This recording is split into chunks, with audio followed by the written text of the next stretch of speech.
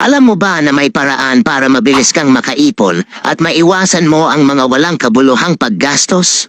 Psychology Facts Part 32. Panoorin mo dahil makakatulong ito sa iyo.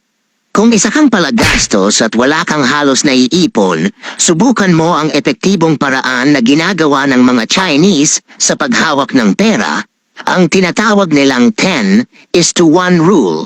Halimbawa, kung sumasahod ka sa isang buwan ng 10,000, itabi mo ang 9,000 at pilitin mong pagkasyahin ang 1,000 sa isang buwan.